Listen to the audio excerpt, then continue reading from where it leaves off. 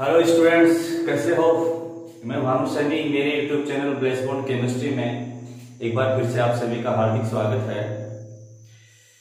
आज के इस वीडियो में हम ठोसों के अंदर उपस्थित दोष, त्रुटि या फिर जिनको अपूर्णता कहते हैं उनके बारे में डिटेल से स्टडी करेंगे। वीडियो थोड़ा सा लेंथी होने वाला है क्योंकि ये वन शॉट वीडियो है। इसके अंदर हमने जितने भी जो दोष होते हैं उन सब की डिटेल्स को शामिल किया है। तो लीजिए शुरू करते हैं। सबसे पहले बात कर लेते हैं कि एक कोई आदर्श क्रिस्टल जालक है, जैसे कि मैंने यहाँ ड्राइंग में बनाया है, ये एक आदर्श क्रिस्टल जालक है। यदि इस आदर्श क्रिस्टल जालक में जितने भी जो लेटिस पॉइंट हैं, जालक बिंदु जितने भी हैं, वो सारी अपनी एक निश्चित अरेंजमेंट में हैं और बिल्कुल फिक्स है, तो ऐसे क्रिस्टल जालक को हम आदर्श क्रिस्टल जालक कहते हैं। क्या कहते हैं? आदर्श जालक कहेंगे इसको। लेकिन स्टूडेंट्स, आदर्श क्रिस्टल जालक की ये जो पोजीशन है, लेटिस पॉइंट की ये जो स्थिति है, ये केवल और केवल 0 केल्विन टेम्परेचर पर ही पॉसिबल होती है। यदि हम किसी क्रिस्टल जालक को उससे ऊपर के ताप पर, 0 केल्विन से ऊपर के ताप पर रखते हैं, गर्म करते हैं, तो उसके लेटिस पॉइंट की ये जो फिक्स अरेंजमेंट है, इसमें विकृतियां उत्पन्न हो जाती हैं, इसके अंदर अनियमितता आ जाती है। ये जो विकृति या अनियमितता उत्पन्न हो जाती है, इसी को हम क्रिस्टल जालकों में दोष, डिफेक्ट्स, अपूर्णता या त्रुटि कहते हैं। तो आज के इस वीडियो में हम जितने भी जो ये दोष पाए जाते हैं उनके बारे में विस्तार से स्टडी करने वाले हैं। सबसे पहले बात कर लेते हैं कि यदि कोई क्रिस्टल जालक 0 केल्विन से ऊपर के ताप पर है तो उसमें किस किस प्रकार की त्रुटियां उत्पन्न हो सकती हैं। तो स्टूडेंट्स, मोटे मोटे तौर पर इन त्रुटियों को हम 2 भागों में कैटेगराइज करते हैं। सबसे पहले बात करेंगे इलेक्ट्रॉनीय त्रुटि।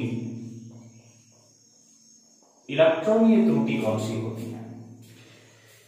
कई बार क्या होता है कि क्रिस्टल जालक के अंदर लेटिस पॉइंट तो अपने फिक्स अरेंजमेंट में ही होती है, लेकिन किसी लेटिस पॉइंट का, किसी जालक बिंदु का आउटर सेल से, बाहर के कोर से कोई इलेक्ट्रॉन एक्साइटेड होकर के वो जालक के अंतराकाश में या फिर क्रिस्टल जालक से बाहर चला जाता है। ऐसे केस में वो जो इलेक्ट्रॉन बाहर चला जाता है वो एक फ्री इलेक्ट्रॉन की तरह मूवमेंट करता है, जिससे कि जालक की इलेक्ट्रिसिटी बढ़ जाती है। तो इस प्रकार की त्रुटि को हम इलेक्ट्रॉनीय त्रुटि कहते हैं। जैसे मान लीजिए कि मेरे पास ये सिलिकॉन का कोई क्रिस्टल जालक है, इसमें बहुत सारे सिलिकॉन के परमाणु जो हैं वो आपस में सिलिकॉन से ही बॉन्डेड हैं और इस तरीके से ये ठोस सिलिकॉन है। लेकिन सिलिकॉन की आउटर सेल में ये जो 4 इलेक्ट्रॉन हैं, ये 4 इलेक्ट्रॉन में से देखिए 4 बॉन्ड बनाए हुए हैं। प्रत्येक सिलिकॉन ने अन्य 4 सिलिकॉन से सिंगल बॉन्ड बनाया हुआ है। यहां पर कोई भी एक बॉन्ड टूट करके और उसका इलेक्ट्रॉन इधर से मान लीजिए फ्री हो गया, यहां से इलेक्ट्रॉन फ्री हो गया, तो वो जो इलेक्ट्रॉन फ्री हो गया वो बॉन्ड बनाने में पार्टिसिपेट ना करे, तो ये जो इलेक्ट्रॉन होगा जो बाहर निकल जाएगा यहां से, ये इलेक्ट्रॉन अंतराकाश में चला जाएगा और इस तरीके से ये पूरे क्रिस्टल जालक में मूवमेंट करता रहेगा। इस प्रकार की त्रुटियां जो होती हैं वो इलेक्ट्रॉनीय त्रुटियों की कैटेगरी में आती हैं। हमारे पास जो नए अर्धचालक होते हैं, सिलिकॉन, जर्मेनियम जैसे पदार्थ, उनकी चालकता को हम किसी अन्य अशुद्धि को मिलाकर के इस तरीके से बढ़ा सकते हैं। जैसे मान लीजिए इसी सिलिकॉन में मैं थोड़ी सी मात्रा एल्यूमिनियम की मिला देता हूं, तो सिलिकॉन के क्रिस्टल में कुछ जगह पर एल्यूमिनियम आएगा। क्योंकि एल्यूमिनियम की जो वैलेंसी होती है वो 3 होती है, इधर सिलिकॉन की होती है 4। तो सिलिकॉन की आउटर सेल का ये जो एक इलेक्ट्रॉन है, ये एक फ्री इलेक्ट्रॉन की तरह मूवमेंट करेगा, इससे कि उस पदार्थ की, जिसको हम डॉप्ड मटेरियल या डॉप्ड पदार्थ कह सकते हैं, उसकी इलेक्ट्रिसिटी बढ़ जाएगी। यहां पर कुछ देर में ये इलेक्ट्रॉन इधर रहेगा, थोड़ी देर के बाद में ये इलेक्ट्रॉन जो है किसी और सिलिकॉन के पास चला जाएगा और इस तरीके से इसका पूरा क्रिस्टल जालक में मूवमेंट होता रहेगा। इस मुक्त इलेक्ट्रॉन वाले इस जगह को, इस कोष को हम बोलते हैं हॉल बोलते हैं। इसे हम हॉल कहते हैं और इस तरीके के होलों का संपूर्ण क्रिस्टल जालक में भ्रमण होता रहता है। डोपिंग द्वारा बनाए जाने वाले जो अर्धचालक होते हैं, N प्रकार के अर्धचालक, P प्रकार के अर्धचालक, वो इन इलेक्ट्रॉनीय त्रुटियों का ही उदाहरण होते हैं। तो समझ में आई बात? यदि किसी क्रिस्टल जालक में आउटर सेल से, बाहर के कोष से कोई इलेक्ट्रॉन एक्साइटेड होकर के उच्च ऊर्जा वाले कोष में चला जाए और वो वहां पर एक होल का निर्माण करे और वो होल पूरे क्रिस्टल जालक में भ्रमण करते रहें, तो इस प्रकार की जो त्रुटियां होती हैं वो इलेक्ट्रॉनीय त्रुटियों की कैटेगरी में आती हैं। अब बात कर लेते हैं दूसरे प्रकार की कौन सी त्रुटियां होती हैं। दूसरे प्रकार की त्रुटियों का नाम है बिंदुगत त्रुटियां। बिंदुगत त्रुटि, नाम से पता लग रहा है, बिंदुगत का अर्थ है डॉट। डॉट बोले तो यहां पर हम लेटिस पॉइंट की बात कर रहे हैं। इस प्रकार की त्रुटि में, इस प्रकार के दोष में क्रिस्टल जालक का कोई लेटिस पॉइंट, जालक बिंदु, या तो क्रिस्टल के अपने जालक स्थल को छोड़ करके अंतराकाश में चला जाएगा, या फिर क्रिस्टल जालक से ही बाहर निकल जाएगा, या फिर कोई बाहर का जालक बिंदु, जो बाहर का अतिरिक्त जालक बिंदु है, वो भी अंतराकाश में आ सकता है। तो इस प्रकार के विकृतियों के कारण से बिंदुगत दोष उत्पन्न होते हैं। अब हम बात करते हैं कि ये जो बिंदुगत दोष होते हैं, जो कि जालक बिंदुओं की विकृति के कारण उत्पन्न होते हैं, ये कौन कौन से प्रकार से उत्पन्न हो सकते हैं। तो यहां पर हम विस्तार से बिंदुगत त्रुटियों को ही पढ़ने वाले हैं, क्योंकि हमारे सिलेबस में ये बिंदुगत त्रुटियां डिटेल से हैं। इसलिए बात करते हैं कि बिंदुगत त्रुटियां कौन कौन से प्रकार से उत्पन्न हो सकती हैं। देखिए, बिंदुगत त्रुटियों को हम 3 कैटेगरी में डिवाइड करते हैं। एक तो ऐसी त्रुटियां होती हैं जिनको हम बोलते हैं स्टोइकियोमेट्रिक दोष। एक तो ये होती है। दूसरे प्रकार की जो आएगी वो आएगी नॉन स्टोइकियोमेट्रिक त्रुटि, और तीसरे प्रकार की आएगी वो आएंगी अशुद्धि प्रकार की त्रुटि, उसमें किसी अन्य पदार्थ की अशुद्धि मिलाई जाएगी।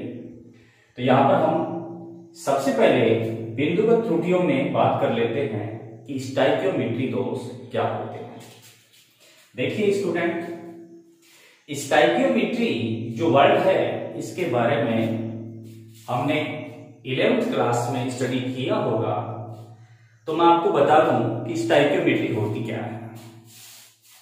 कोई भी एक कंपाउंड है, एक यौगिक है, जैसे हम बात कर लेते हैं NaCl की।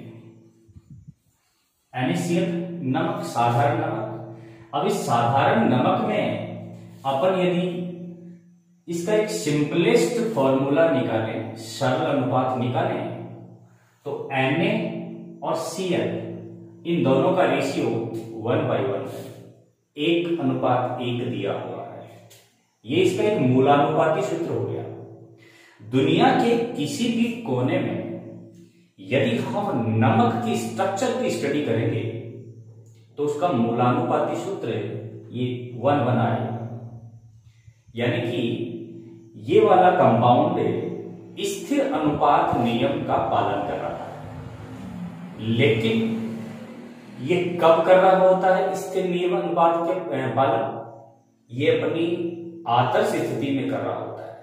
यदि अब इसी क्रिस्टल जालक का 0 केल्विन से ऊपर टेम्परेचर रखते हम तो इसके अंदर थोड़ी थोड़ी विकृतियां उत्पन्न हो जाएंगी।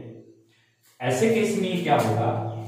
ऐसे केस में जैसे ये Na है, ये Cl, ये Na और ये Cl, फिर यहां Cl, Na, Cl, Na, Na, Cl, Na, Cl, ये हमारा एक पूरा क्रिस्टल हो गया, नमक का क्रिस्टल है। अब इसके अंदर हम Na+ आयनों की संख्या देखें तो Na+ आयनों की संख्या 1 2 3 4 5 6 कितनी आई? 6 आई। 6 तो कौन से आयन है? Na+ ion. Cl- आयन कितने हैं? 1 2 3 4 5 6 6 कितने हैं? Cl- ion. इस तरीके से दोनों का रेशियो क्या आया क्रिस्टल जालक में? इनको जब हम सरल करेंगे तो इन दोनों का रेशियो 1/1 निकल के आएगा। इसलिए हम कह सकते हैं कि यहां इस क्रिस्टल जालक का अनुपात वही है जो कि नमक का मूलानुपात होता है। तो कुल मिला के बात ये हुई कि क्रिस्टल जालक जो है स्थिर अनुपात के नियम के हिसाब से काम कर रहा है। तो यहां पर क्रिस्टल जालक स्टोइकियोमेट्री के अकॉर्डिंग है। लेकिन यदि अब इसमें कोई विकृति उत्पन्न हो जाए, यदि इसमें कोई विकृति उत्पन्न हो जाए, जैसे एक Na+ को हम बाहर निकाल देते हैं, एक Na+ बाहर निकल गया, ठीक उसी तरीके से एक Cl- को भी बाहर निकाल देते हैं। अब 2 आयन एक साथ बाहर निकल गए तो विकृति तो आ गई, लेकिन इस विकृति आने के बावजूद भी हम एक चीज देख रहे हैं कि इस क्रिस्टल जालक में Na+ आयन कितने हैं? 5 हैं। अभी एक निकल गया है तो 5 बचे हैं। Cl- आयन कितने हैं? Cl- आयन भी 5 हैं। तो यदि इस तरीके से 5-5 का हम रेशियो निकालेंगे तो ये भी आएगा 1:1। और ऐसे केस में यौगिक का मूलानुपाती सूत्र जो 1:1 होता है और यौगिक का क्रिस्टल जालक का जो मूलानुपात आएगा वो भी 1:1 ही आ रहा है। तो दोनों सिंपल आ रहे हैं, बराबर आ रहे हैं। तो हम कह सकते हैं कि विकृति आने के बावजूद भी यौगिक स्टोइकियोमेट्री का पालन कर रहा होता है। तो ऐसे दोषों में क्या होता है?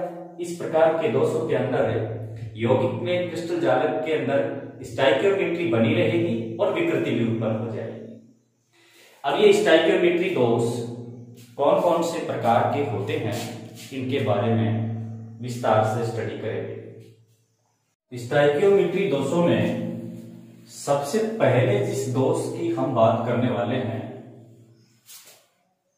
वो है रिक्ति का दोष। कौन सा दोष है? रिक्ति का दोष। तो नंबर 1 है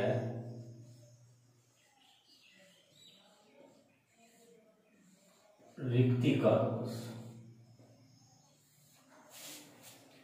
नाम से पता लग रहा है रिक्तिका का तात्पर्य यहां पर है कि जालक बिंदु जिस जगह को छोड़कर चला जाएगा वहां पर खाली जगह रह जाएगी, उस खाली जगह को हम रिक्तिका कहेंगे। इन दोषों में क्या क्या होता है? तो यहां पर जो चीजें हमें ध्यान रखनी है उनमें से नंबर 1 बात यह है कि इस प्रकार का दोष अनआयनिक क्रिस्टल जालकों में उत्पन्न होता है। तो नंबर 1 अनआयनिक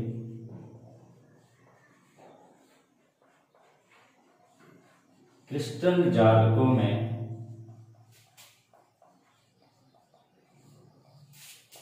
उत्पन्न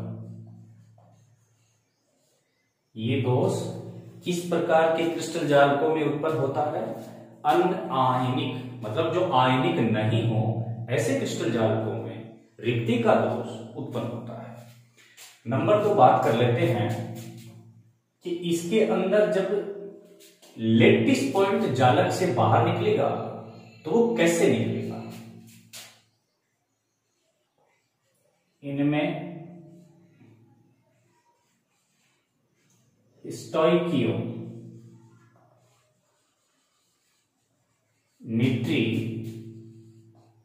के अनुसार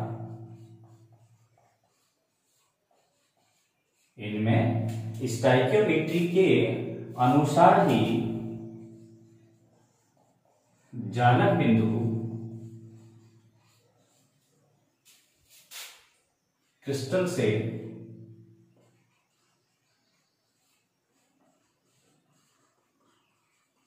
बाहर निकलते हैं। भाई सीधी सी बात है, जालक बिंदु तो बाहर निकलेंगे, जहां से वो बाहर निकलेंगे वहां पर खाली जगह रह जाएगी जिसको रिक्तिका बोला जाएगा। लेकिन कैसे बाहर निकलेंगे, तो स्टोइकियोमेट्री के अनुसार बाहर निकलेंगे, मतलब इस तरीके से बाहर निकलेंगे कि यौगिक का जो मूलानुपाती सूत्र है वो भंग नहीं होगा, उसमें कोई डिफरेंस नहीं आएगा। इसके बाद में बात करते हैं कि जब इस क्रिस्टल जालक से जालक बिंदु बाहर निकलेंगे तो क्या क्रिस्टल जालक के घनत्व पर कोई इफेक्ट होगा? बिल्कुल होगा। इस क्रिस्टल जालक के घनत्व में कमी आएगी। घनत्व में कमी इसलिए आएगी कि देखिए वॉल्यूम तो वो का वही है, लेकिन जो द्रव्यमान है, मास जो है वो जालक से बाहर जा रहा है। यदि किसी क्रिस्टल जालक में वॉल्यूम वो का वही रहे और उसका द्रव्यमान जो है वो घट जाए तो हम कह सकते हैं घनत्व में क्या आएगी? कमी। घनत्व में कमी आती है। ऐसे केस में क्या होने वाला है? घनत्व में कमी आती है। और जो खाली जगह है, जालक स्थल की जो खाली जगह है उसको हम क्या बोलते हैं? जालक स्थल की खाली जगह को रिक्तिका कहते हैं। क्या कहते हैं? खाली जगह को रिक्तिका कहते हैं। तो ये कुछ बातें थी जो हमें ध्यान रखनी है। इस दोष में होता क्या है, जैसे मान लीजिए कि मैं ये कोई क्रिस्टल जालक बना रहा हूं, इस क्रिस्टल जालक में निश्चित व्यवस्था में ये जालक बिंदु हैं। अब इनमें से कोई जालक बिंदु बाहर निकल रहा है। यदि एक ही जालक बिंदु बाहर निकल रहा है, यहां से बाहर निकल गया जालक बिंदु, जब यहां से एक ही जालक बिंदु बाहर निकलेगा तो स्टोइकियोमेट्री प्रभावित होगी, लेकिन इस तरीके से जालक बिंदु बाहर निकलेंगे कि उनकी स्टोइकियोमेट्री भी प्रभावित नहीं होती है। तो जैसे यहां से भी कोई जालक बिंदु बाहर निकल गया तो ये जो रह गया इसको हम बोलेंगे रिक्तिका। खाली जो जगह रहेगी ये रिक्तिका हो गई है। और यहां से जालक बिंदु बाहर निकल गए हैं क्रिस्टल से, जो कि स्टोइकियोमेट्री के अकॉर्डिंग बाहर निकले हैं, और इस तरीके से जालक के घनत्व में भी कमी आई है। अन्य आयनिक क्रिस्टल जालकों में उत्पन्न होने वाला यही दोष रिक्तिका दोष कहलाता है। अब इसके बाद में बात कर लेते हैं दूसरे प्रकार का जो स्टोइकियोमेट्री दोष होता है, वो है अंतराकाशी दोष। उस दोष का नाम है अंतराकाशी दोष।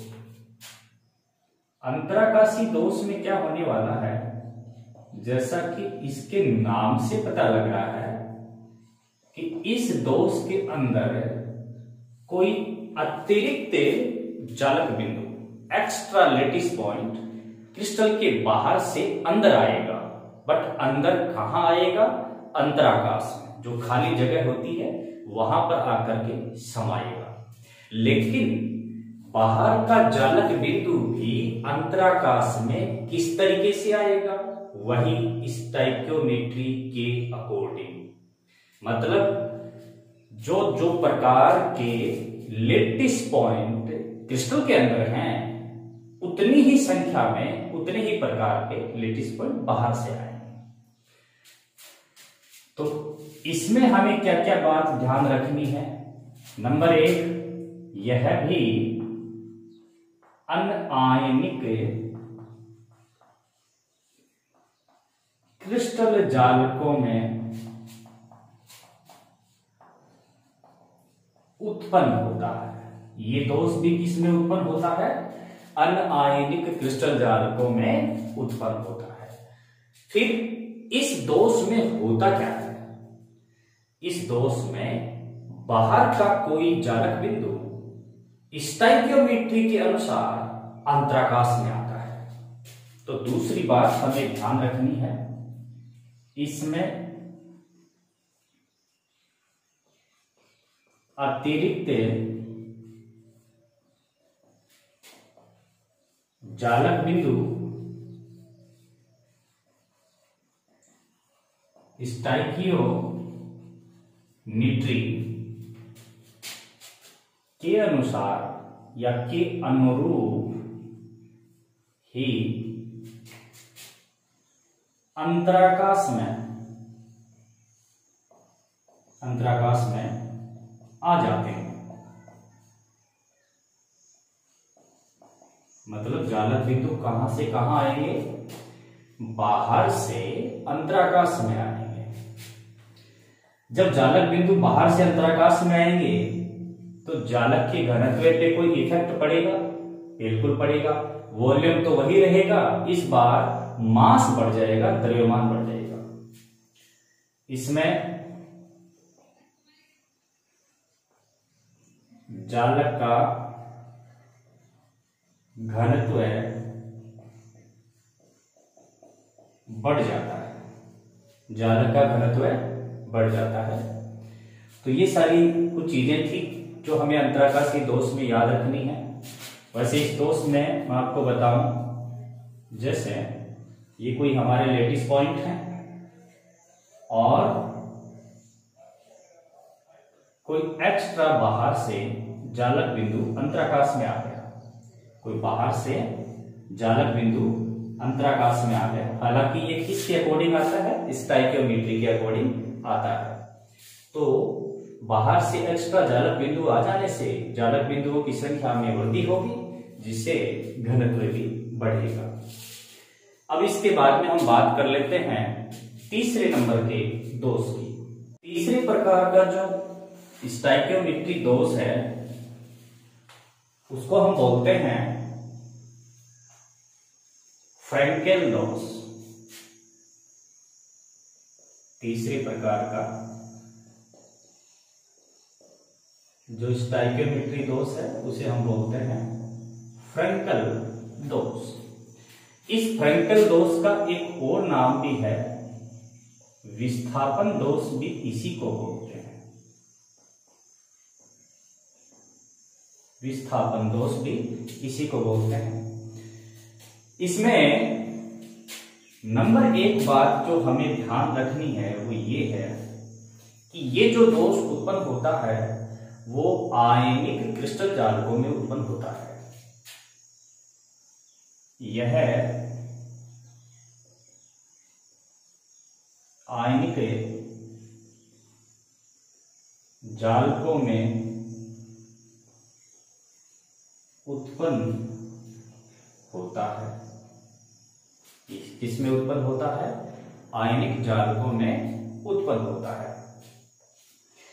अब इस दोष में होता क्या है, काम क्या होता है इसमें?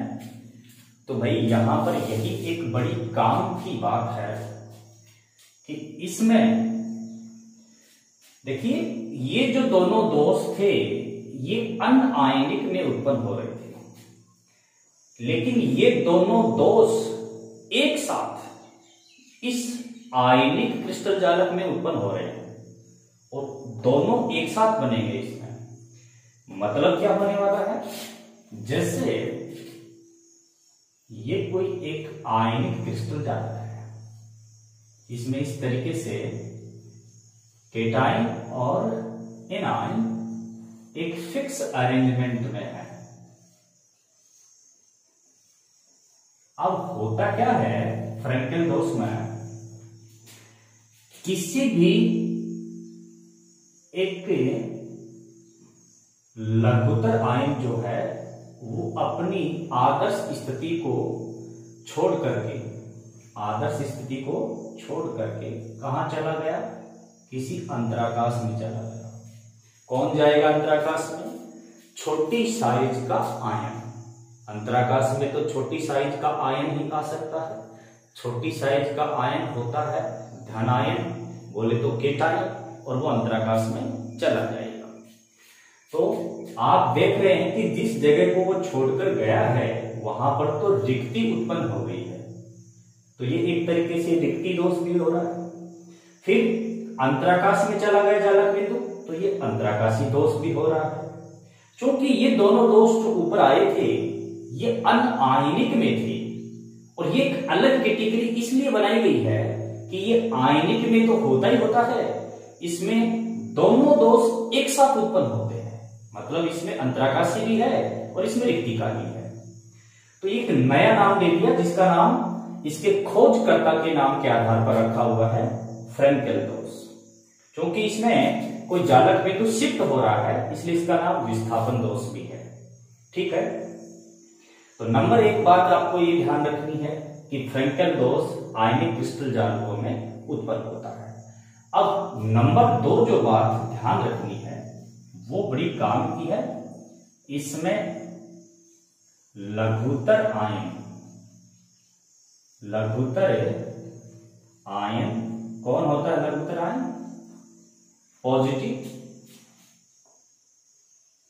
पॉजिटिव आयन अपने जालक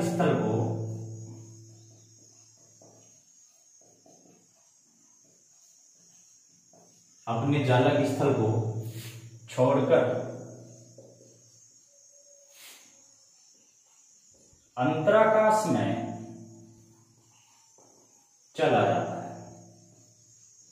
कहां चला जाता है?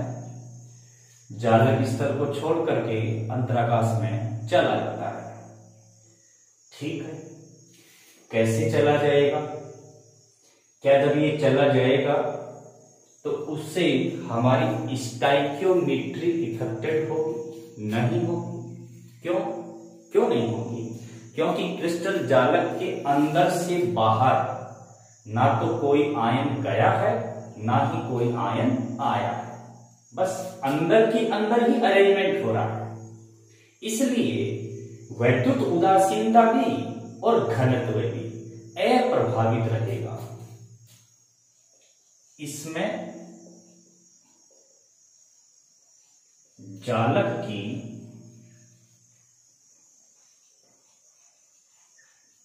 वैद्युत उदासीनता मतलब इसमें चार्ज वार्ज कुछ नहीं आएगा, उतना जितना है पहले उतना ही है, तथा घनत्व अप्रभावित रहेगा। ये भी इसमें होगा कि वैद्युत उदासीनता वही बनी रहेगी, क्रिस्टल जालक का घनत्व ना तो घटेगा ना बढ़ेगा, उतना का उतना ही रहेगा। अब बात करते हैं कि ये जो फ्रैंकेल दोष है ये किस प्रकार के आयनिक क्रिस्टल जालकों में उत्पन्न होता है। तो यहां पर इसकी कुछ शर्तें हैं। क्या शर्तें हैं? तो इसकी जो शर्तें हैं वो मैं यहां लिख देता हूं। शर्तें नंबर एक जो शर्त ये है कि भाई इसमें जो जालक है उसके आयनों की समन्वय संख्या जो है वो कम होनी चाहिए।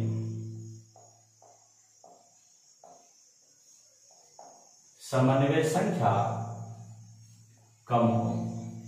समन्वय संख्या बोले तो उपसय संयोजन संख्या कम होनी चाहिए आयनिक क्रिस्टल जालक में। दूसरी जो शर्त है वो ये है कि लघुत्तर आयन जो केटायन होता है और जो बड़े वाला आयन होता है वो ऋणायन होता है। तो दोनों आयनों के आकार में अंतर ज्यादा होना चाहिए।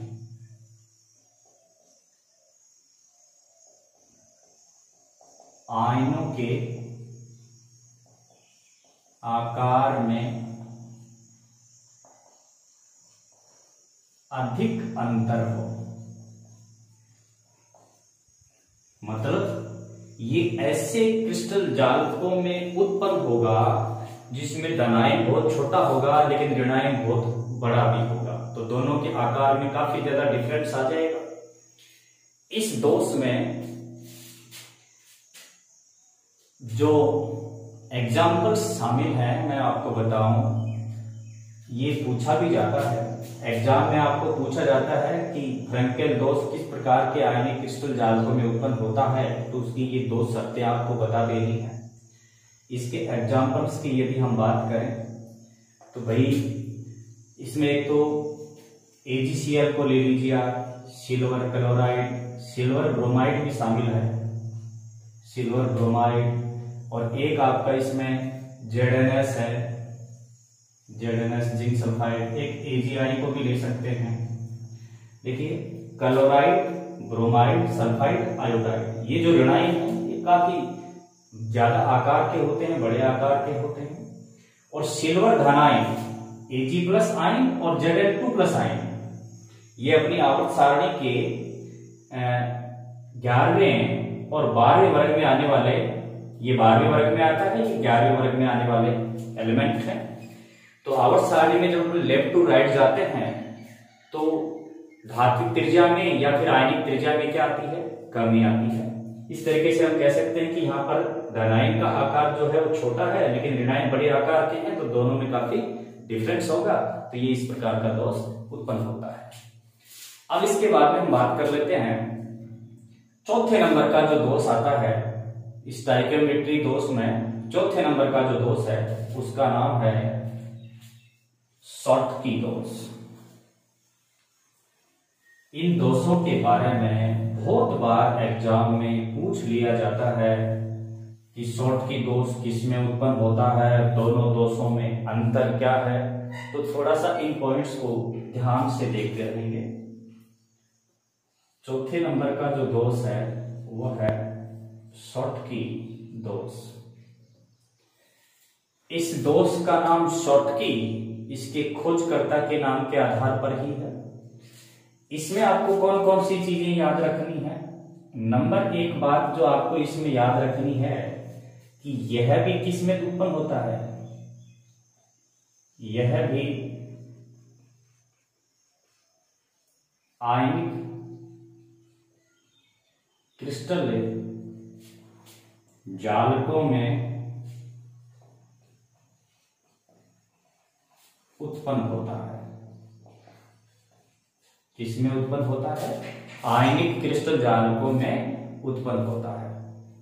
अब इस दोष में होने वाला क्या है? इस दोष में यानी इसमें धनायन व ऋणायन समान संख्या में, धनायन व ऋणायन समान संख्या में जालक से बाहर निकलते हैं। इस दोष के अंदर समान संख्या में धनायन और ऋणायन क्रिस्टल जालक से बाहर निकल जाएंगे। तो जब जालक से बाहर निकल जाएंगे तो घनत्व में कोई कमी आएगी, बिल्कुल कमी आएगी और काफी कमी आएगी। इसमें घनत्व में कमी आती है। इस प्रकार के दोष में क्या होगा? घनत्व में कमी आएगी और एक धनायन और एक ऋणायन का जो जोड़ा बाहर निकल रहा है उसको हम शॉर्टकी युगल कहते हैं। पॉजिटिव व नेगेटिव आयन के एक युग्म को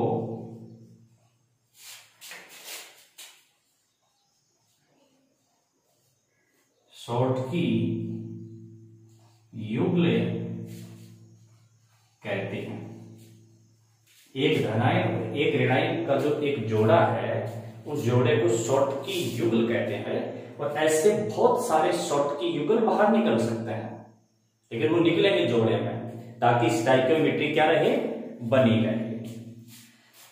और इसमें होगा क्या, जैसे ये कोई केटाइन है, ये A9, cation, A9, A9, cation, A9, cation, cation, A9, cation, A9. इस तरीके से मैंने ये क्या ले लिया है, एक आयनिक क्रिस्टल जालक लिया है। इसमें आयनों का एक फिक्स अरेंजमेंट है। अब होगा क्या, एक तो ऋणायन खाली जगह छोड़ करके बाहर चला जाएगा, इसी तरीके से कहीं से कोई धनायन भी बाहर चला जाएगा, एक धनायन भी बाहर चला जाएगा। तो धनायन और ऋणायनों वाली जगह पर तो रह गई है रिक्ति। और धनायन और ऋणायन का ये जो एक जोड़ा है इसे हम बोलते हैं शॉर्टकी युगल। इसे क्या बोलते हैं, शॉर्टकी युगल बोलते हैं। और ऐसे बहुत सारे शॉर्टकी युगल बाहर निकल सकते हैं। जैसे ये एक युगल निकला, ऐसे 2, 3, 5, 10, 100, 1000 कितने भी हो सकते हैं, वो क्रिस्टल जालक से बाहर निकल जाते हैं। जालक बिंदु बाहर निकलेंगे तो घनत्व में क्या आएगी, कमी आएगी। ठीक है। इस प्रकार के क्रिस्टल जालकों में जब ये दोष उत्पन्न होगा तो इस प्रकार के दोष उत्पन्न होने की भी कुछ शर्तें हैं, और वो शर्त भी आपको परीक्षा में पूछी जा सकती हैं। तो कौन कौन सी शर्तें हैं, तो वो शर्तें देखिए। शॉर्टकी दोष के लिए पहली शर्त ये होनी चाहिए, शॉर्टकी दोष के लिए पहली शर्त ये होनी चाहिए कि उस क्रिस्टल जालक की समन्वय संख्या जो है वो ज्यादा हो। समन्वय संख्या उच्च हो। मतलब ऐसे क्रिस्टल जालकों की समन्वय संख्या जनरली 12 होती है, तो समन्वय संख्या हायर होनी चाहिए। इससे पहले जो एग्जांपल आया था फ्रैंकेल दोष वाला, उसमें समन्वय संख्या 6 या फिर 8 होती है। इस प्रकार के दोष में क्रिस्टल जालक के अवयवी दोनों की समन्वय संख्या 12 होती है, तो समन्वय संख्या ज्यादा होती है। फिर नंबर 2 जो शर्त यहां पर ध्यान देने वाली है वो ये है, देखिए जालक से बाहर है, धनायन तो छोटे आकार का है तो आराम से निकल जाएगा, लेकिन ऋणायन भी निकल रहा है, तो धनायन और ऋणायन दोनों निकल रहे हैं। ये पॉसिबल तभी है जब दोनों आकार में लगभग क्या हो, एक जैसे समान हो। तो यहां पर दूसरी शर्त यह है कि धनायन व ऋणायन का आकार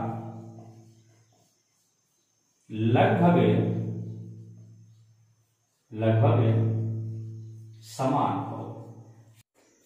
अब बात करते हैं शॉर्टकी दोष के एग्जाम्पल्स के बारे में। कई बार इनके उदाहरण भी पूछ लिए जाते हैं, तो इसके एग्जाम्पल्स में हम एक तो ले सकते हैं AgBr।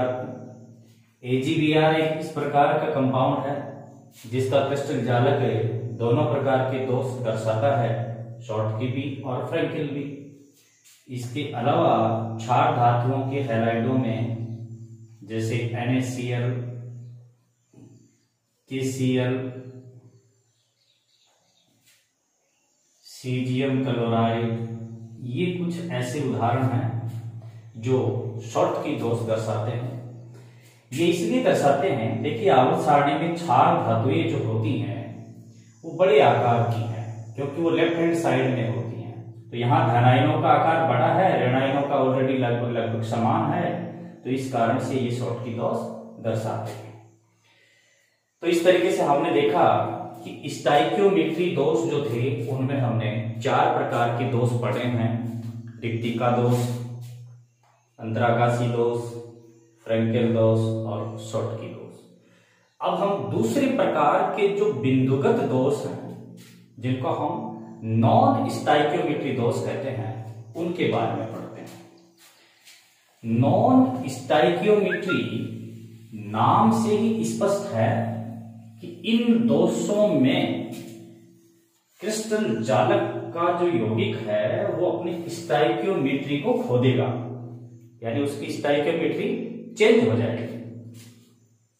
तो भाई दूसरे प्रकार के जो दोष हैं उनका नाम है नॉन स्टाइकियोमेट्रिक दोष।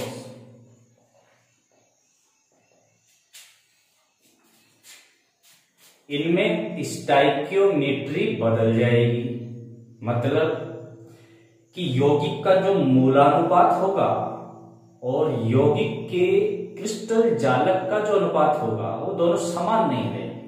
यूं कह सकते हैं कि जालक जो होगा वो स्थिर अनुपात नियम की पालना नहीं करेगा।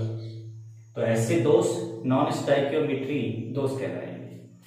ये दोष भी 2 प्रकार के होते हैं और ये बहुत इंपॉर्टेंट है, एग्जाम की दृष्टि से बहुत इंपॉर्टेंट है। तो ये कौन कौन से प्रकार के होते हैं? इनमें नंबर 1 जो आता है उसको हम बोलते हैं धातु आधिक्य दोष। धातु आधिक्य दोष मतलब इस प्रकार के दोष में क्रिस्टल जालक के अंदर धातु धनायनों की संख्या आधिक्य ज्यादा हो जाएगी। अब ये धातु धनायनों की संख्या ज्यादा हो जाएगी, ये 2 तरीके से ज्यादा हो सकती है। तो हमें जो मोटी मोटी बातें याद रखनी है उनमें एक, इसमें पॉजिटिव आयन की संख्या नेगेटिव आयनों से क्या होती है भाई? अधिक होती है। धनायनों की संख्या ऋणायनों से ज्यादा हो जाती है।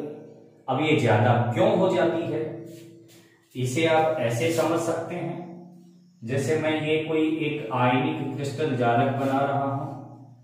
इस आयनिक क्रिस्टल जालक के अंदर धनायनों तथा ऋणायनों का इस तरीके से अरेंजमेंट है। अब होगा क्या? धातु आयन जो हैं उनकी संख्या ज्यादा होगी। कैसे? 2 तरीके से हो सकती है। एक तरीका तो यह है कि कोई अतिरिक्त धातु आयन, यहां का कोई धातु आयन और इसके अंतराकाश में आ जाए, यहां से यहां शिफ्ट हो जाए। तो ये जो दोष है धातु आधिक्य दोष किन कारणों से उत्पन्न हो सकता है? नंबर 1 बात, अतिरिक्त धातु धनायन के अंतराकाश में आ जाने से ये दोष उत्पन्न हो सकता है। फिर इसका एक और कारण हो सकता है कि ये जो ऋणायन है, ऋणायन ये इस जगह को खाली करके यहां से चला जाए बाहर। ऋणायन जो है इस जगह को खाली करके बाहर चला जाए। अब आपको ये हमेशा ध्यान रखना है कि धातु आधिक्य दोष में धातु आयन ज्यादा होते हैं। तो आपने देखा कि जब अतिरिक्त धातु धनायन अंतराकाश में आया तो ऑटोमेटिकली धातु आयन ज्यादा हो गया। और मान लीजिए कि ये अंतराकाश में नहीं आए लेकिन ऋणायन बाहर चला जाए, तो उस केस में भी ज्यादा कौन हो गया? धातु आयन ही ज्यादा हो गया। तो दोनों ही केस में धातु आयन ज्यादा हो जाएंगे। अब बात कर लेते हैं पहले इसकी। यह है दोष अतिरिक्त पॉजिटिव आयन के अंतराकाश में आने से या नेगेटिव आयन के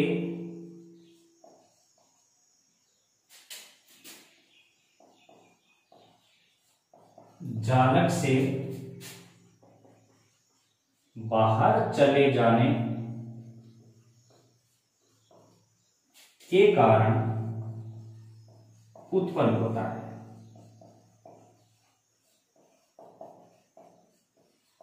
इसकी उत्पन्न होने की दो कंडीशन बताई मैंने कि या तो कोई एक्स्ट्रा केटाइन अंतराकाश में आ जाएगा या फिर जो नेगेटिव आयन है वो जालक से ही बाहर चला जाएगा। दोनों ही केस में ज्यादा कौन हो जाएगा?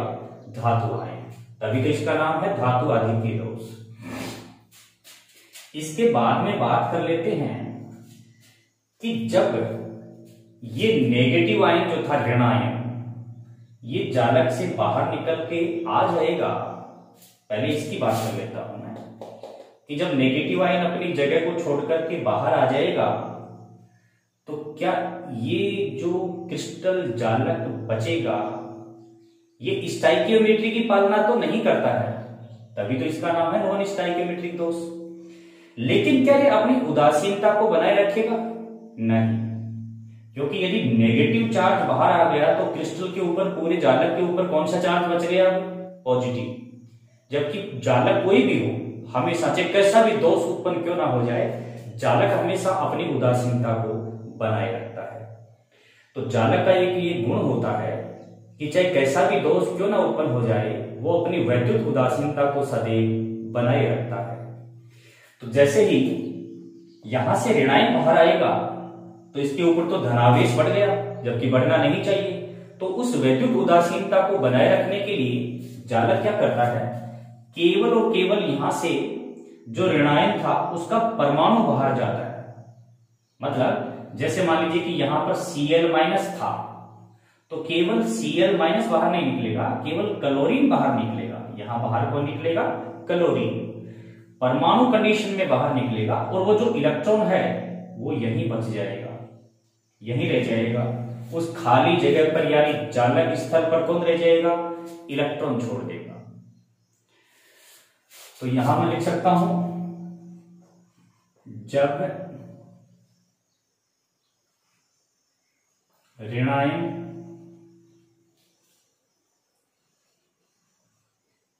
अपना इलेक्ट्रॉन जालक स्थल पर छोड़कर बाहर निकलता है तो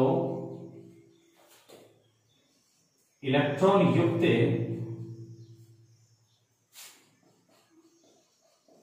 रिक्ति बनती है। कहां बन गई भाई इलेक्ट्रॉन युक्त रिक्ति? देखो ये बन गई। यहां से जो हमारा ऋणायन था वो इलेक्ट्रॉन तो अपनी जगह पे छोड़ दिया और परमाणु अवस्था में बाहर चला गया। तो ये बन गई है इलेक्ट्रॉन युक्त रिक्ति। और ये जो इलेक्ट्रॉन युक्त रिक्ति है इसी को हम क्या कहते हैं? जिन्हें एफ केंद्र कहते हैं। जिन्हें क्या कहते हैं? एफ केंद्र कहते हैं। यहां पर ये जो बना है इसको हम बोलेंगे एफ केंद्र। एफ केंद्र जो नाम लिया गया है वो जर्मन भाषा के फेर्ब शब्द से लिया गया है और फेर्ब शब्द का अर्थ है रंग वाला, रंग दर्शाने वाला या रंग वाला। तो इसको एफ केंद्र नाम इसलिए दिया गया है कि जब इस प्रकार का क्रिस्टल जालक पराबैंगनी प्रकाश से या फिर लाइट से एक उचित तरंग दैर्ध्य का वेव एब्जॉर्ब करके वो इलेक्ट्रॉन एक्साइटेड हो जाएगा और जब अपनी मूलावस्था में वापस लौट के आएगा तो वो एक विशेष प्रकार का रंग प्रदर्शित करेगा। इसलिए जर्मन भाषा के फेर्ब शब्द से इनको हम बोलते हैं एफ केंद्र। और किसी क्रिस्टल जालक में विकृतियां उत्पन्न हो जाएंगी और एफ केंद्र यदि बन जाएंगे तो वो एक अलग प्रकार का ही रंग प्रदर्शित करेगा। कैसे प्रदर्शित करेगा रंग, इसको मैं एक उदाहरण से बता देता हूं। जैसे मान लीजिए मेरे पास ये कोई एक बंद पात्र है, फ्लास्क है, और इस फ्लास्क में मैं क्या ले लेता हूं, इसको बिल्कुल बंद करके और यहां पर इसमें गर्म करता हूं, फ्लास्क को गर्म करता हूं, ट्राइपॉड स्टैंड पे इसको लगा करके और इसे मैं गर्म करता हूं। इस फ्लास्क के अंदर मैंने क्या क्या भरा हुआ है, इसमें मैंने भर दिया है NaCl क्रिस्टल प्लस Na वाष्प, नमक का क्रिस्टल भर लिया है मैंने और सोडियम की वाष्प भर ली है। गर्म करेंगे तो वाष्प बन जाएगी सोडियम की, और वो दोनों को मिलाकर के गर्म किया जा रहा है। तो हमारा जो क्रिस्टल था, जैसे ही भाप के संपर्क में आएगा NaCl क्रिस्टल, तो उसके Cl माइनस आयन बाहर निकल जाएंगे। कैसे निकल जाएंगे बाहर, ये देखिए, ये NaCl NaCl Cl NaCl Na, ये मान लीजिए मेरा NaCl क्रिस्टल है जो कि मैंने फ्लास्क में लिया था। इसके संपर्क में कौन आएगा, Na सोडियम धातु आएगी। बहुत सारी सोडियम की वाष्प की अवस्था में परमाणु घूम रहे हैं। सोडियम जब अपनी वाष्प प्रावस्था में होगा तो इसके परमाणु इसके चारों तरफ संपर्क में आएंगे। जब सोडियम के संपर्क में आएंगे परमाणु, तो यहाँ का ये जो है ना, ये क्लोरीन, ये बाहर निकलेगा। क्लोरीन जब यहाँ क्रिस्टल से बाहर निकलेगा तो परमाणु अवस्था में बाहर निकल जाएगा, इलेक्ट्रॉन को छोड़ देगा वही। अब देखिए बाहर कौन निकला था, क्लोरीन निकला था, न कि क्लोराइड आयन। क्लोरीन बाहर निकला है, न कि क्लोराइड आयन। तो ये क्लोरीन जैसे ही Na के संपर्क में आएगा तो Na अपना एक इलेक्ट्रॉन इसको दे देगा। Na जब अपना एक इलेक्ट्रॉन इसको दे देगा तो Na तो क्या हो गया, प्लस, और वो जब क्लोरीन एक इलेक्ट्रॉन ले लेगा तो वो बन जाएगा Cl माइनस। और इस तरीके से ये दोनों मिलकर के इसी क्रिस्टल जालक के ऊपर अपनी एक और परत बना लेंगे। यानी कि क्रिस्टल जालक के ऊपर परत बनती चली जाएगी और अंदर से क्लोरीन के जो परमाणु है वो निकल के सोडियम की वाष्प के संपर्क में आएंगे और धीरे धीरे क्रिस्टल की और परतें बनती चली जाएंगी। लेकिन अंदर क्या रह गया, ये मुक्त इलेक्ट्रॉन जो कि रिक्ति में है। इसी मुक्त इलेक्ट्रॉन वाली रिक्ति को हम एफ केंद्र कहते हैं। और ये जब प्रकाश को एब्जॉर्ब करके इलेक्ट्रॉन एक्साइटेड होगा और मूलावस्था में आएगा, उस कंडीशन में ये एक विशेष प्रकार का रंग प्रदर्शित करेगा। तो जब नमक जो है हमारा NaCl, ये जब बिना किसी विकृति वाला होता है तो ये सफेद क्रिस्टल जो है, इसका एक सफेद क्रिस्टल दिखाई देता है। लेकिन जब इसी नमक को Na वाष्प में गर्म करते हैं तो ये एफ केंद्र के कारण से पीले रंग का दिखाई देता है। तो ये बात मैं बता रहा था कि जब ऋणायन अपना इलेक्ट्रॉन छोड़ के बाहर निकलेगा, एफ केंद्र बनेंगे, तब धातु आदि के दोष उत्पन्न होता है। लेकिन मैंने दूसरा कारण बताया था कि यदि एक्स्ट्रा कोई धनायन भी अंतराकाश में आ जाए तो भी धातु आदि के दोष उत्पन्न होता है। वो कैसे? तो इसका अगला पॉइंट ये है, जब अतिरिक्त पॉजिटिव आयन अंतराकाश में आता है तो वैद्युत उदासीनता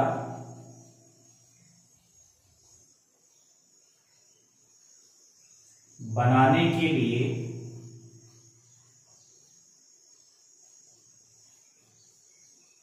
उतने ही आवेश में इलेक्ट्रॉन भी अंतराकाश में आते हैं, जो रंग परिवर्तन का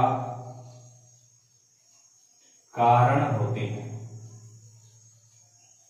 यानी एफ केंद्र जो यहां बने थे, इसके कारण से रंग बदला था, तो एक्स्ट्रा कोई यदि केटाइन है वो भी अंतराकाश में आएगा तो भी रंग परिवर्तित होगा, क्योंकि इलेक्ट्रॉन भी अंतराकाश में आएंगे ताकि क्रिस्टल जालक की क्या है, विद्युत उदासीनता बनी रहे।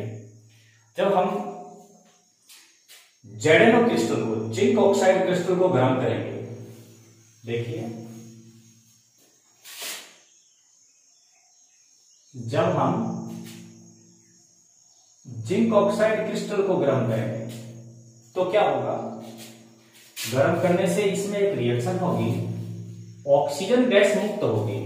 कौन सी गैस मुक्त होगी, ऑक्सीजन गैस। इसका एक इक्वेशन इस तरीके से दिया जा सकता है, Zn2++ से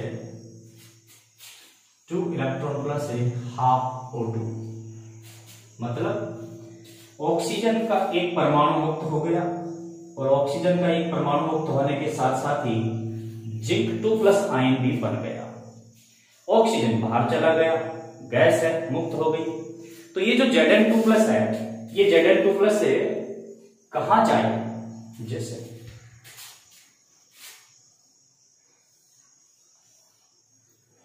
ये Zn, मैं यहां Zn लिख देता हूं, ये Zn है, ये ऑक्सीजन है, ये Zn, ये oxygen, oxygen Zn, oxygen Zn, ये Zn, ऑक्सीजन Zn और ऑक्सीजन।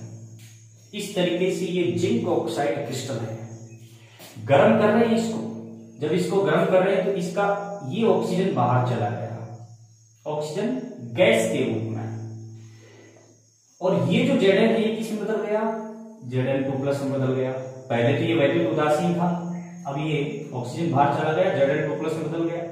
ठीक है, अब जो इलेक्ट्रॉन थे वो इलेक्ट्रॉन यही रह जाएंगे, यही रह जाएंगे इस अंतराकाश में। 2 इलेक्ट्रॉन जो थे वो अंतराकाश में रह जाएंगे।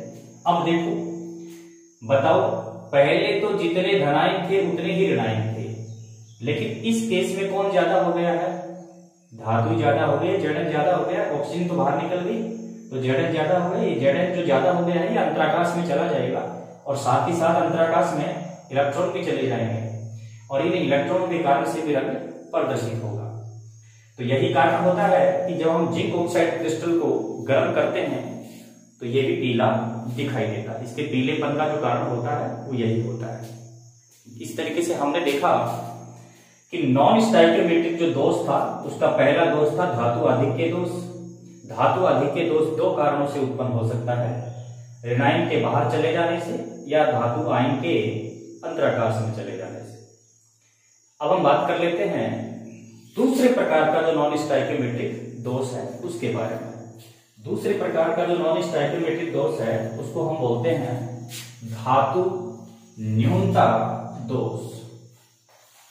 धातु न्यूनता दोष। धातु न्यूनता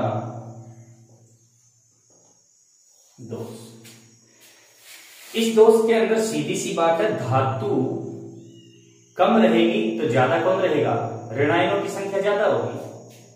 मतलब ये धनायन ऋणायन धनायन ऋणायन धनायन ऋणायन धनायन ऋणायन धनायन, ये क्रिस्टल जालक हो गया। इसमें कैसे कैसी कंडीशन में ये धातु न्यूनता दोष उत्पन्न हो सकता है। नंबर 1 बात, ये तो छोटे आकार का है, यदि ये बाहर चला जाए तो, यदि धातु धनायन अपनी जगह को छोड़ करके क्रिस्टल जालक से बाहर चला जाए तो वहां पर रिक्ति रह जाएगी, और हम देखेंगे कि अब क्रिस्टल के अंदर जब धनायन बाहर चला गया है तो धनायनों की संख्या कम हो गई है, ऋणायन ज्यादा हो गए हैं। तो ऐसे केस में धातु न्यूनता दोष कह सकते हैं। और दूसरा जो केस है उसमें ऐसा भी हो सकता है कि यदि कोई नेगेटिव आयन अंतराकाश में आ जाए, बट ये केस बहुत ही कम हो सकता है, इसकी संभावना बहुत कम है। क्यों? देखिए, नेगेटिव आयन आकार में क्या होता है, काफी बड़ा होता है, आकार में काफी बड़ा होता है ऋणायन। तो आकार में काफी बड़ा होने के कारण से वो अंतराकाश में समा नहीं सकता।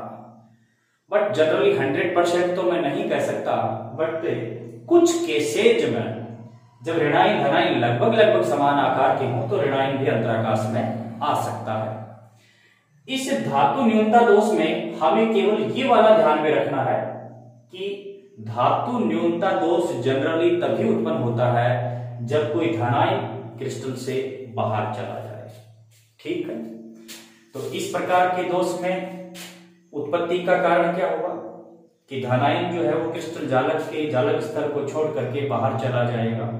न्यूनता दोष में जब धातु धनायन क्रिस्टल से बाहर निकलेगा तो हम ये देखते हैं कि धनायनों की संख्या तो कम हो गई है, लेकिन क्या ये वाला क्रिस्टल जो शेष बच गया है उसकी वैद्युत उदासीनता बनी हुई है? नहीं बनी हुई है। धनावेश कम हो गया है, ऋणावेश ज्यादा हो गया है। तो धनावेश बाहर चला गया, अंदर का आवेश कैसे बैलेंस हो, यानी इस क्रिस्टल जालक की उदासीनता कैसे बने, जबकि कोई भी क्रिस्टल जालक विद्युत उदासीन होता है। तो ये अपनी विद्युत उदासीनता को बनाए रखने के लिए इसका जो बाहर गया है उसका कोई निकटवर्ती धातु धनायन उच्च ऑक्सीकरण अवस्था में आ जाएगा। जैसे पहले यहां पर 1+ था तो अब यहां पर हो जाएगा 2+। तो हमारा जो 1+ बाहर गया है उसको बैलेंस कौन कर रहा है? दूसरा धातु आयन।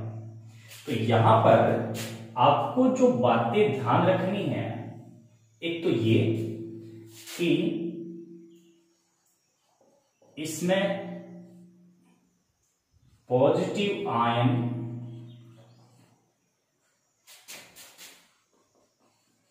बाहर चला जाता है, बाहर चला जाता है। दूसरी जो बात ये ध्यान रखनी है कि ये जो दोष है कौन से आयनिक क्रिस्टल जालकों में उत्पन्न होगा? यह दोष ऐसे आयनिक जालकों में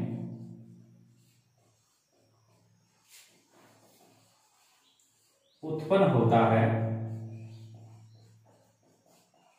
जिनमें धातु आयन कई ऑक्सीकरण अवस्था दर्शाते हैं, कई ऑक्सीडेशन अवस्था दर्शाता हो।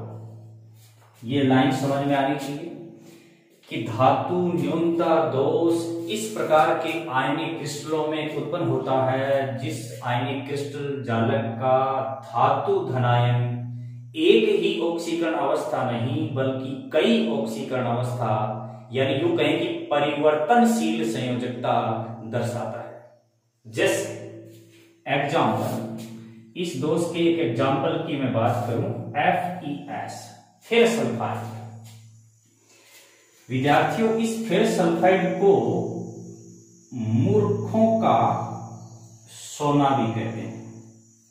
क्वेश्चन पूछा जा सकता है कि फेरस सल्फाइड को मूर्खों का सोना क्यों कहते हैं?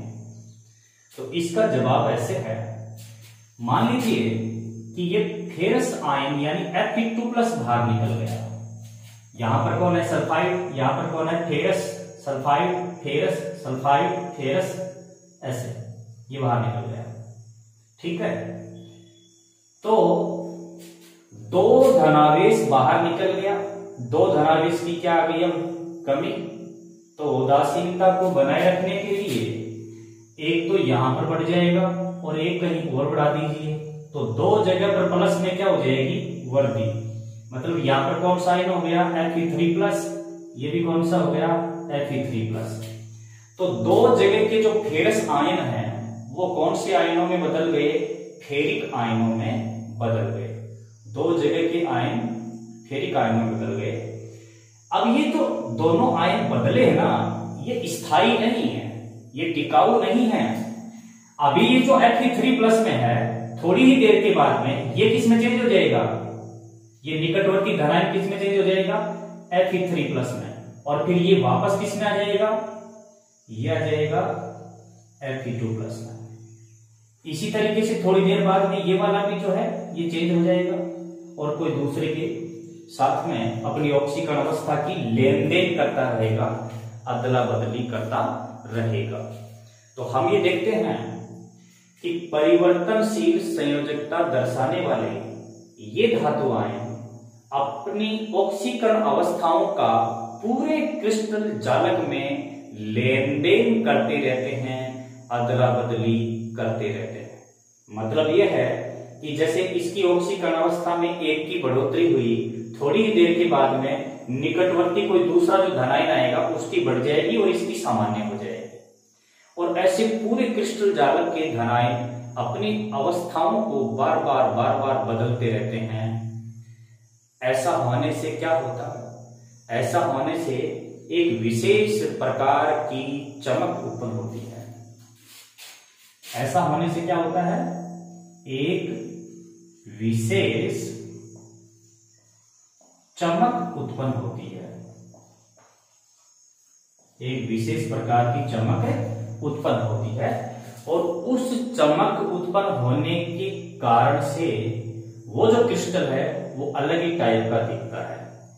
यदि मैं फेरस सल्फाइड क्रिस्टल में धातु न्यूनता दोष को उत्पन्न कर दूं तो इसके अंदर जो चमक उत्पन्न होगी वो गोल्डन होगी, सोने के जैसी चमक उत्पन्न होगी। मतलब क्या है कि जब फेरस सल्फाइड क्रिस्टल में धातु न्यूनता दोष उत्पन्न हो जाएगा और फिर उसे कोई देखेगा तो बाहर से देखने पर सोने की तरह चमकता हुआ दिखाई देगा। यानी कि हम धोखा खा जाएंगे कि हमें ऐसे लगेगा कि जैसे कि वो सोना ही है, सोने की तरह चमक वाला है, बट वो सोना होता नहीं है, वो फेरस सल्फाइड होता है। यानी वो फेरस सल्फाइड सोने की तरह चमकता है बट होता नहीं है, इसीलिए इसे मूर्खों का सोना कहा जाता है। तो फेरस सल्फाइड में सोने जैसी चमक उत्पन्न होने का प्रमुख जो कारण है वो है धातु आयनों की ऑक्सीकरण अवस्थाओं का पूरे क्रिस्टल जालक में लेन देन होते रहना। और ये लेन देन किस वजह से उत्पन्न हुआ, धातु न्यूनता दोष के कारण। तो इस तरीके से हमने देखा कि बिंदुगत दोषों का दूसरा जो दोष है नॉन स्टाइकियोमेट्रिक दोष, उसके ये धातु आधिक्य और धातु न्यूनता दोष दोनों हम पढ़ चुके हैं। अब तीसरे प्रकार का बिंदुगत जो दोष है उसकी बात कर लेते हैं।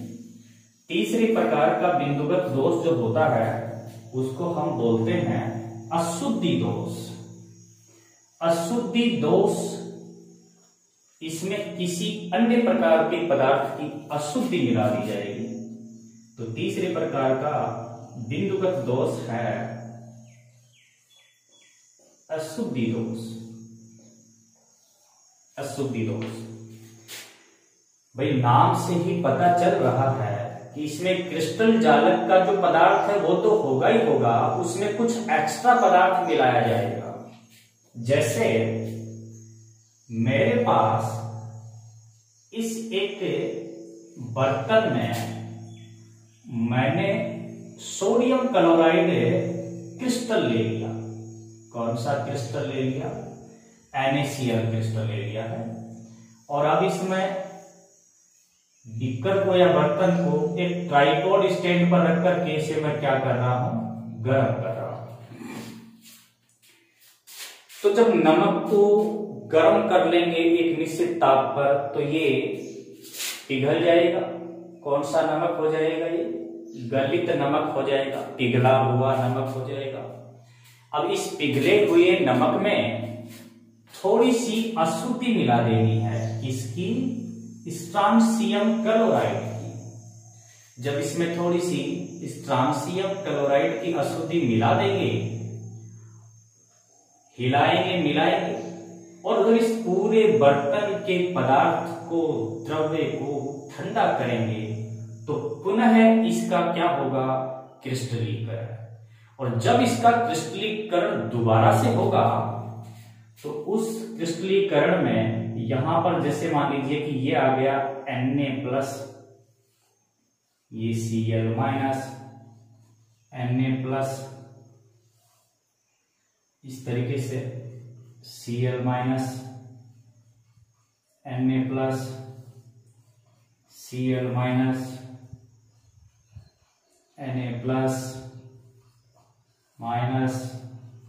और Na+। तो ये जब इस पदार्थ का पुनः क्रिस्टलीकरण करेंगे तो हम ये देखेंगे कि कुछ जगह पर Na+ आयन जो है वो बाहर चला जाएगा। Na+ आयन जो है कुछ जगह पे बाहर चला जाएगा। Na+ आयन बाहर चला गया है। वहां पर कौन रह गई है? वहां पर रह गई है रिक्ति, खाली जगह रह गई है। अब Na+ आयन तो बाहर चला गया, रिक्ति बन गई, लेकिन क्या क्रिस्टल जालक की वैद्युत उदासीनता बनी है? नहीं बनी है। अब भी ऋणायनों की संख्या ज्यादा है तो ऋणावेश भी ज्यादा है। इसको बैलेंस कौन करेगा? तो किसी एक सोडियम आयन की जगह पर कौन आ जाएगा? Sr2+ आ जाएगा, और यहां का सोडियम भी क्या है? बाहर चला गया। इस तरीके से हम ये देखते हैं कि दो जो सोडियम प्लस बाहर निकले हैं, उन दो सोडियम प्लस पर कितना धनावेश बाहर निकला है? 2 धनावेश बाहर निकला है। 2 धनावेश को अकेला ही स्ट्रांशियम बैलेंस कर देता है। मतलब इस स्ट्रांशियम पर 2+ और दोनों Na पर भी 2+, मतलब एक स्ट्रांशियम 2 Na को सब्स्टिट्यूट कर सकता है। तो एक की जगह पर तो खुद आ गया और एक की जगह पर बन गई है रिक्ति। ऐसे केस में यहां क्रिस्टल जालक का जो है रिक्ति का दोष भी उत्पन्न हो रहा है इसमें, बट ये आयनिक क्रिस्टल जालक है। यहां स्ट्रांशियम एक इस प्रकार का तत्व है जो कि जालक का हिस्सा नहीं है, जालक के अतिरिक्त मिलाया गया पदार्थ है। और जब किसी पदार्थ में कोई अतिरिक्त चीज मिल जाए तो उसे हम बोल सकते हैं अशुद्ध पदार्थ। तो इस तरीके का जो दोष होता है वो होता है अशुद्धि दोष। तो स्टूडेंट्स, इस तरीके से हमने क्रिस्टल जालकों में पाए जाने वाले ये लगभग सारे बिंदुगत दोषों के बारे में स्टडी कर लिया है। आशा करता हूं कि आपको जरूर समझ में आया होगा। यदि आपको ये वीडियो अच्छा लगा हो तो इसे जरूर लाइक कीजिएगा,